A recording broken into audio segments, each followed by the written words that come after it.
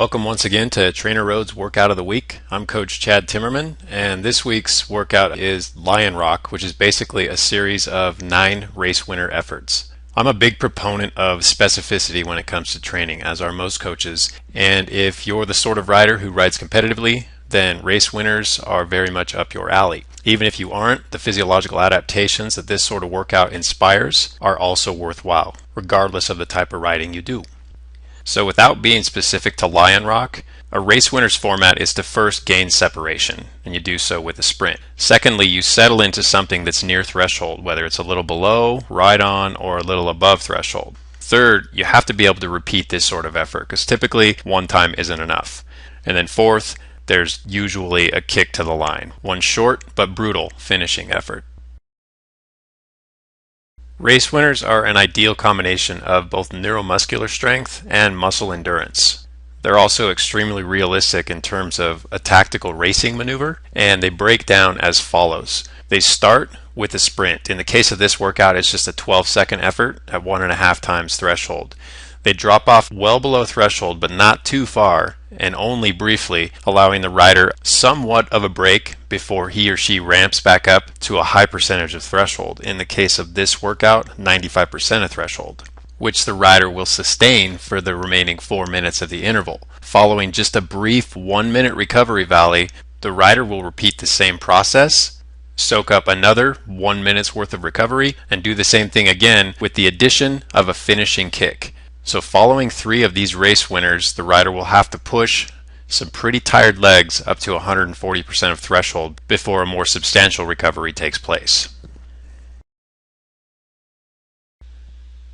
A couple of tips for this workout are first to practice high leg speed, especially during the sprints and the kicks, but also when you settle into those sustained portions. While the sprints and the finishing kicks could be anywhere from 100 to 120, 130 RPM, dependent on your leg speed and control. The sustained portions are going to be far lower, but what I'd like riders to try to avoid is slipping beneath that 90 RPM floor. Slow, forceful pedal strokes are much more draining in terms of muscular stress than lighter, quicker cadences. If you don't typically ride at 90 RPM or higher, then 90 RPM might be a little lofty in terms of a goal cadence. So just do something that's closer to 90 RPM, but doable in terms of the cadence you typically ride.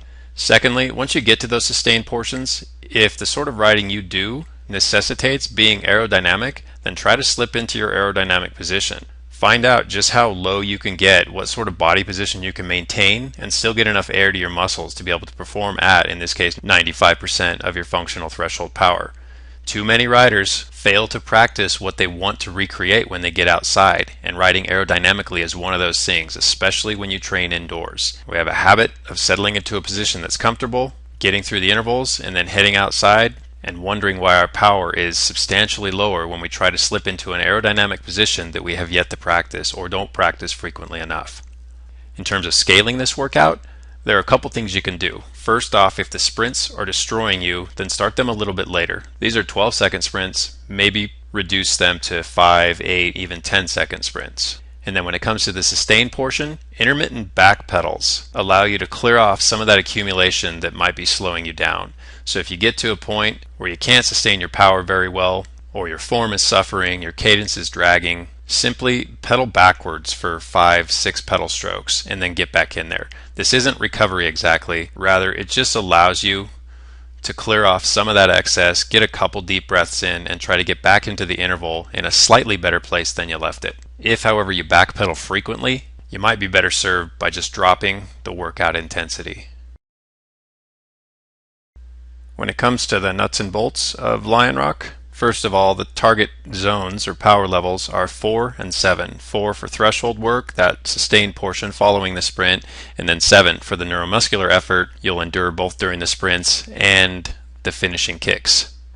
The duration is 90 minutes, and the cadence recommendations are 90 all the way up to 120 plus.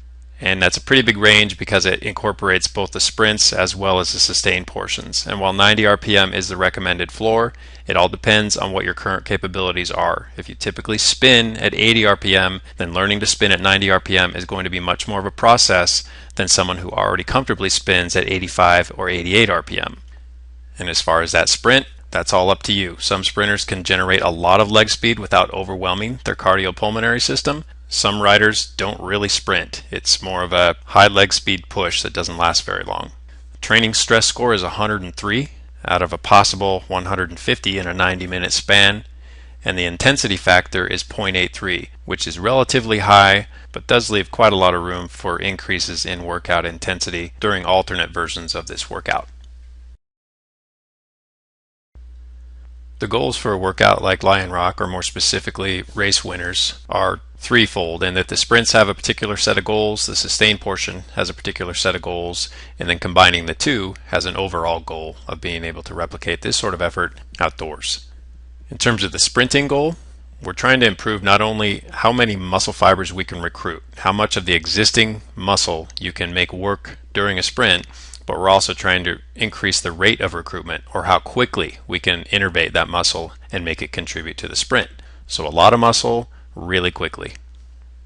When it comes to the sustain portion, we're trying to improve our muscle endurance, which revolves around increasing our lactate tolerance. And lactate tolerance is both a psychological and a physiological mechanism, in that you have to be tough to be able to work through that sort of discomfort, the muscle burn, and you also have to be fit in order to shuttle off the excess lactate, get it back into the bloodstream, and reutilize that energy source. Both of these things improve with training, and in the case of Lion Rock, you get 9 cracks at improving both your mental fortitude and your physical capacity.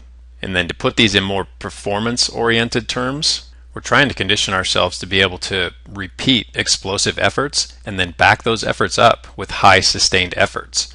Rather than just jump off the front only to be swallowed up a couple seconds later, we want to be able to get off the front and stay off the front. And this doesn't apply solely to winning races. An explosive effort followed up by a sustained effort applies to a lot of situations. Imagine taking your turn at the front, peeling off to the side, the pace line rolls by, and you have to jump back onto the back and then settle into a high sustained effort. Additionally, if you're trying to bridge a small gap, you catch yourself snoozing, small gap develops in front of you, you have to jump up to that wheel that you just lost and then settle back into a high sustained effort. And yet another example would be moving around riders who are getting tailed off the back of a field. You know you've been there. The guy in front of you is starting to lose the rider in front of him. You have to get around him and then once again settle back into a high sustained effort level. Finally, there are a couple alternate versions of this workout, the first of which is named Ginevra, and it's simply a 60-minute version with 2 sets of 3 race winners rather than 3 sets. And a little ways down the road, a workout named Florence will be added to the library, and it'll be a 60-minute version, much like Ginevra here, but the sprints will be 200% of threshold, they'll last for 30 seconds, and then the sustained portions will be all the way up at 100% of functional threshold power. That'll do it for Lion Rock. Thanks for using TrainerRoad. Good luck. Have fun.